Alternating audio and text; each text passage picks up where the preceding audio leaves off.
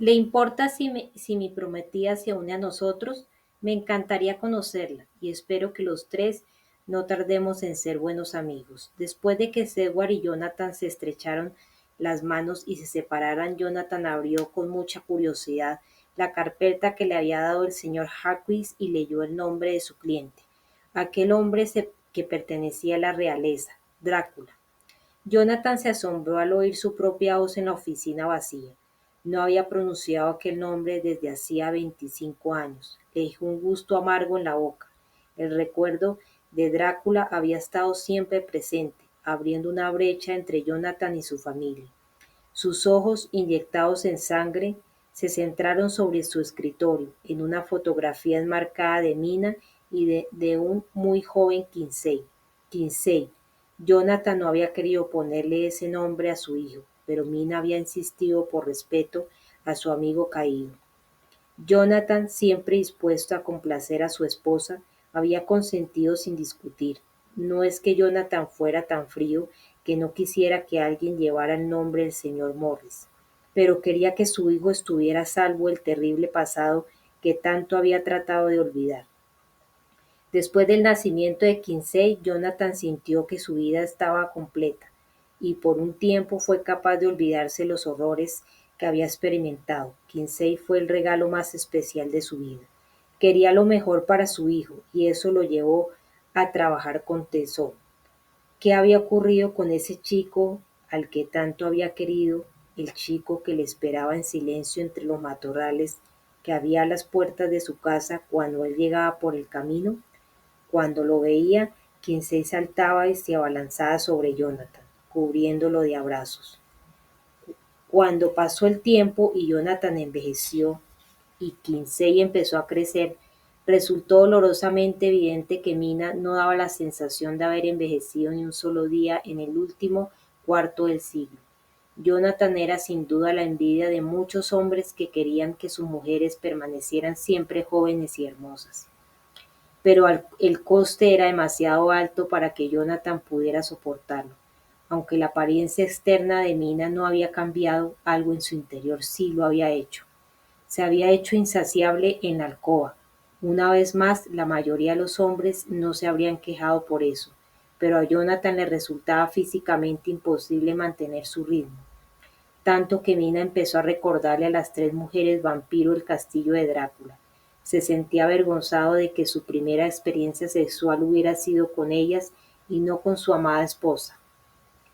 Cuando él y Mina se habían casado poco después de que Jonathan huyera de las garras de Drácula, la sobrecogedora culpa hizo que le resultara difícil consumar su matrimonio. Luego llegó aquella fatídica noche, cuando su hijo tenía 13 años. Mientras trataba de hacer el amor con su esposa, Jonathan descubrió por un lapsus de Mina que había sido con Drácula, con quien ella había perdido la virginidad. Drácula, con siglos de experiencia, la había introducido en la pasión. Había dejado una impresión tan profunda en ella que Jonathan, por más que lo intentara, nunca podría igualar.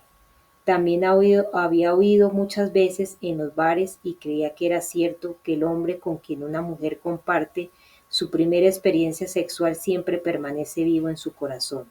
La amargura y la culpa de Jonathan solo se habían intensificado. La añoranza de Mina había crecido con los años y su rostro permanecía tan hermoso como siempre. Jonathan encontró en la botella su único solaz.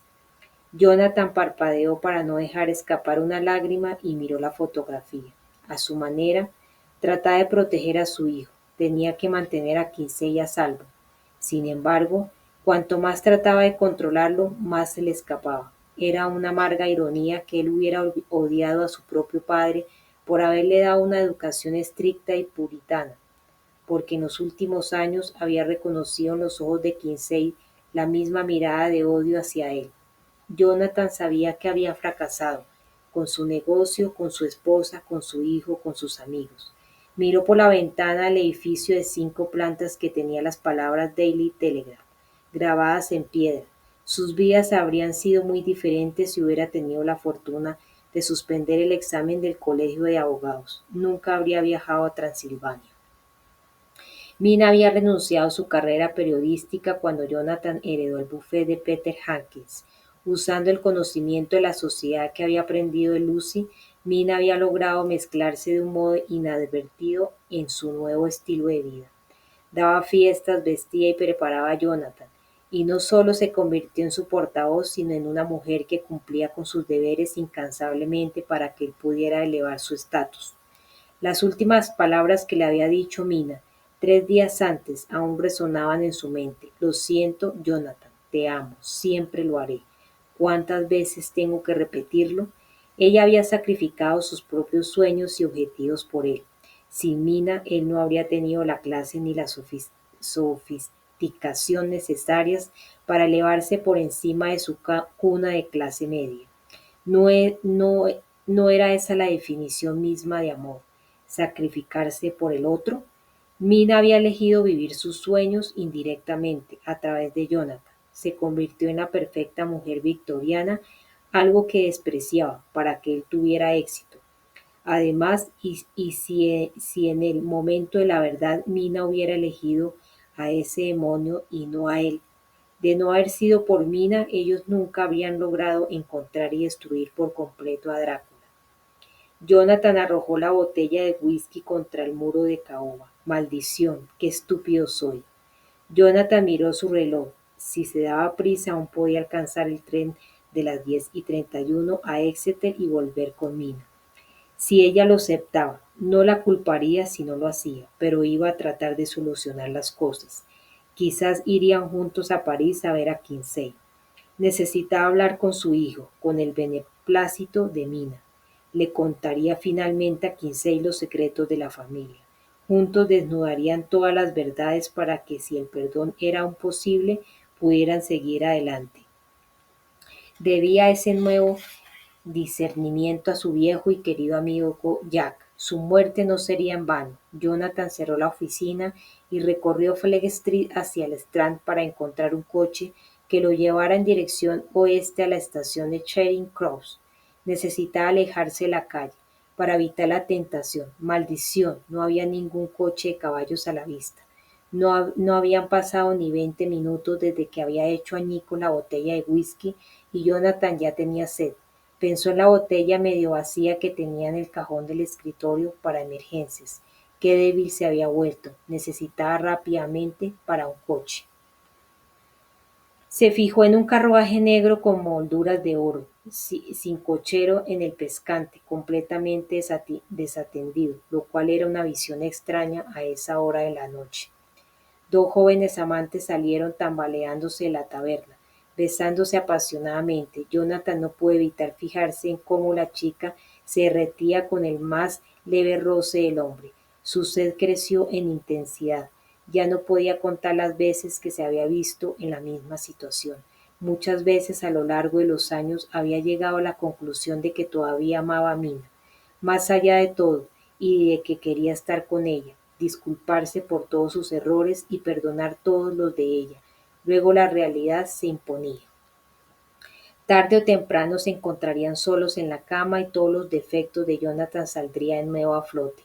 No sabía si era la lógica de su adicción a la que hablaba por él o el cálculo sobrio de la razón. Su incapacidad de satisfacer a Mina, sus celos por su relación con Drácula y su horror por la eterna juventud de su esposa siempre le volverían a la depresión y a la bebida, que siempre le estaba esperando, paciente y dispuesta a perdonarle. ¿Quiere un poco de calor en una noche fría, señor? Dijo una cristalina voz de mujer detrás de Jonathan. Se volvió y vio una hermosa y voluptuosa mujer rubia vestida con un ondeante y virginal vestido blanco saliendo de la niebla. En su mano extendida sostenía la tentación de una petaca de cobre en forma de manzana. Era muy injusto. Jonathan casi había vuelto a mí. Estaba cerca, la mujer se lamió los labios rojos e inclinó la petaca para echar un trago. El líquido en aquellos labios fue más de lo que su fuerza de voluntad podía superar. Sabía lo débil que era, no era digno de Mina.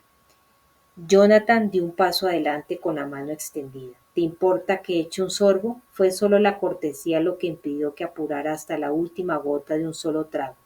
Vamos, dijo la mujer. Hizo un gesto hacia el laberinto de callejones que se dirigían hacia Victoria Embankment. Como si tuviera elección, Jonathan ofreció su brazo. La mujer rió al enlazar el brazo de Jonathan. Caminaron hasta la intimidad del callejón y se encontraron envueltos por una cortina de niebla. Jonathan y la mujer se besaron vorazmente. Él la apoyó contra la sucia pared de ladrillo del callejón. «Te llamas Mina», susurró Jonathan al pasar su lengua por aquellos labios rojos. «Llámame como quieras, jefe». Jonathan le desgarró el corpiño y empezó a besarle el cuello, amasando sus grandes pechos. «Dime tu nombre». «Me llamo Mina». Jonathan me levantó el vestido, puso una mano entre los muslos al tiempo que con la otra soltaba las presillas del ligero. «Dime cuánto te satisfago, Mina, deja que te lo enseñe», gimió la rubia mujer de blanco. Giró salvajemente a Jonathan y apoyó su espalda contra la pared. Ella se puso de rodillas, con la cara por debajo de la cintura de él. Jonathan sonrió con anticipación cuando ella abrió la boca para aceptarlo. Notó el aliento frío de la mujer en su carne firme. Para su error, los ojos de la mujer se convirtieron en sólidas bolas negras. Su cara se hizo más salvaje cuando los incisivos se alargaron para convertirse en colmillos. Abrió extraordinariamente la boca, como si se le hubiera desencajado la mandíbula. Estaba a punto de arrancarle su masculinidad. Jonathan gritó con todas las fuerzas que pudo reunir. Golpeó a la mujer de blanco y la arrojó al suelo. Se subió los pantalones y trató de correr. La mujer de blanco encolerecida se incorporó de un salto. Se abalanzó como un gato, agarró a Jonathan y lo arrojó sobre unas cajas de madera almacenadas en el callejón. La fuerza del impacto astilló la madera. Jonathan quedó tendido, inmóvil, con el cuerpo convulsionando de dolor. ¿Por qué no había escuchado su corazón ni había ido a casa como planeaba? Con un gruñido animal el vampiro lo arrancó de los escombros. Jonathan trató de resistirse, pero ella era demasiado fuerte. No podía escapar de su agarre férreo. La mujer de blanco dobló la cabeza de Jonathan hacia atrás, exponiendo su cuello a los colmillos. «Dios, no, por favor», gritó él. Con el rabillo del ojo Jonathan vio una sombra que avanzaba rápidamente hacia ellos. Sin previo aviso, la sombra envolvió a la mujer de blanco, enrollándose en torno a ella. La separó de Jonathan, la arrojó al aire y la aplastó contra la pared. Jonathan se quedó paralizado de miedo a ver la oscura sombra que se alzaba amenazadoramente sobre ella. La mujer gritó aterrorizada: «¡Señora!». Jonathan siguió la dirección de su mirada. Era como si el vampiro estuviera implorando a una neblina carmesí sobrenatural que se deslizaba sobre ellos. De repente algo frío y húmedo golpeó a Jonathan en la cara. Jonathan se volvió hacia el lugar donde la mujer de blanco se había hincado de rodillas. Del interior de la sombra cayeron órganos ensangrentados y miembros cercenados que se amontonaron en el suelo. La humedad que había notado en la cara era la sangre de la mujer. Una voz masculina gritó en el viento: «¡Corra, estúpido, corra!». Jonathan hizo caso de la advertencia y corrió hacia Fleet Street. Miró atrás una vez para ver si la sombra lo estaba persiguiendo. Lo que vio no podía explicarse. La sombra había bloqueado de algún modo el avance de la neblina carmesí que se enroscaba y desenroscaba como una cobra y chocaba contra la sombra hasta que la atravesó. La sombra se partió y se disipó. Comprendió que la sombra había sido su protectora. La neblina carmesí que aceleraba rápidamente hacia él tenía que ser su enemiga. La sombra, fuera lo que fuese, no era rival para la neblina roja. Jonathan volvió su atención al final del callejón, donde éste se unía a Field Street. Había gente paseando por allí. La libertad estaba solo unos metros. Oyó el relincho de un caballo. Un carruaje negro sin cochero apareció entre la niebla y casi lo arrolló al bloquearle el paso. Ya sentía la neblina roja en sus talones. No podría alcanzar la seguridad de Field Street por ahí. Solo quedaba un camino. Viró a la izquierda y corrió por otro callejón, gritando para pedir auxilio. Estaba cansado, con el cuerpo arruinado por la bebida. Golpeó con fuerza en los adoquines, respirando con dificultad. La siniestra neblina carmesí lo envolvió. «¿Quién eres? ¿Qué quieres?». Dios mío, la neblina roja lo atacó. Lo último que Jonathan oyó fue su propio grito. Lo último en lo que pensó fue en Mina. A casi 300 kilómetros de distancia en Exeter, Mina Harker se despertó gritando. El inspector Comfort trabajaba sin descanso con su papeleo en el Red Lion. Su asiento favorito estaba en el rincón más oscuro del bar. Nadie se sentaba nunca allí, porque era el sitio más alejado de la barra. Comfort imaginaba que si el bar lo frecuentara gente adinerada, esa mesa apartada sería el lugar perfecto para que los jóvenes enamorados se susurraran dulces melindres en privado. Pero era un bar de hombres, un bar de bebedores, un bar de policías. No era el tipo de establecimiento frecuentado por damas jóvenes. Las únicas relaciones que había allí tenían que ver con whisky fuerte, palmadas en la espalda y chistes subidos de tono.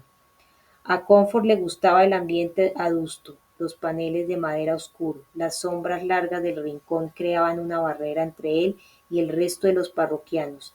Quería intimidad, estar a solas con la única cosa que le quedaba en el mundo, su trabajo.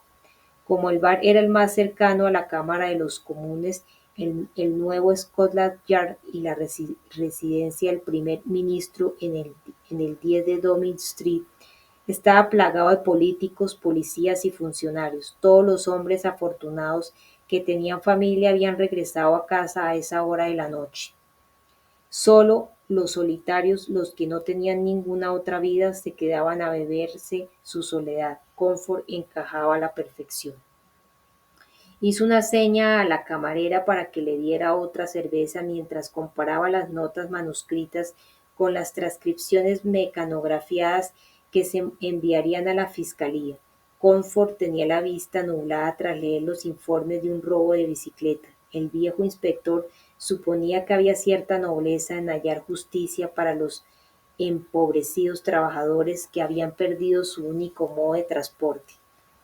Pero aún así le resultaba degradante. Trabajar en aquella comisaría aislada un año atrás otro no iba a ayudar a Comfort a ascender en el escalafón. La camarera sustituyó el vaso vacío de Comfort con una pinta de Scout. El inspector llevaba 30 años yendo al mismo bar y conocía bien a la camarera. Desgraciadamente, en todos esos años no había entablado comunicación con ella. Nunca se dirigían la palabra. Comfort era consciente de su celebridad minuciosa. Se preguntaba si la camarera lo había rehuido a propósito a lo largo de ese tiempo para mostrar su insatisfacción por la parte de responsabilidad que tenía por no llevar ante la justicia al destripador. Una vez más, tal vez solo se trataba de su falta de capacidad comunicativa. Con esa idea desagradable dándole vueltas en la cabeza, miró los rostros severos de los otros parroquianos que lo observaban ceñudos desde los retratos pintados de la pared, los mejores y más brillantes de Scotland Yard. El crimen era una batalla continua e imposible de ganar. Sin embargo, cuanto más crímenes resolvía uno, más sentía que su vida de policía valía la pena. Esos grandes hombres de la pared habían hecho mucho para desequilibrar la balanza del lado de la justicia. Estaba el inspector jefe retirado Donald Swanson, el superintendente Thomas Arnold, que había renunciado para luchar en la guerra de Crimea y había regresado al acabar el conflicto. El más destacado era el viejo mentor de Comfort, el inspector jefe Frederick Arbelin. El inspector sonrió al mirar el retrato de su viejo amigo. Cojones, siempre pareció más un director de banco que un policía. Levantó el vaso para brindar con esos hombres distinguidos. Cuando Comfort era un joven agente idealista que hacía el trabajo que amaba, siempre se preguntaba por qué un hombre tan respetado como Aberlin llevaba el peso del mundo sobre sus hombros. Aberlin sentía que su deber era hacer justicia con las víctimas de delitos violentos. No había una misión más noble. Después de la debacle del caso del Destripador, 25 años atrás, el clamor popular por su fracaso a la hora de capturar al asesino fue tan grande que Aberlin se vio obligado a retirarse. Sin embargo, Aberlin había resuelto tantos crímenes en su larga y gloriosa carrera que su fracaso en el caso de las 5 prostitutas asesinadas no hizo nada para mancillar su reputación entre sus compañeros.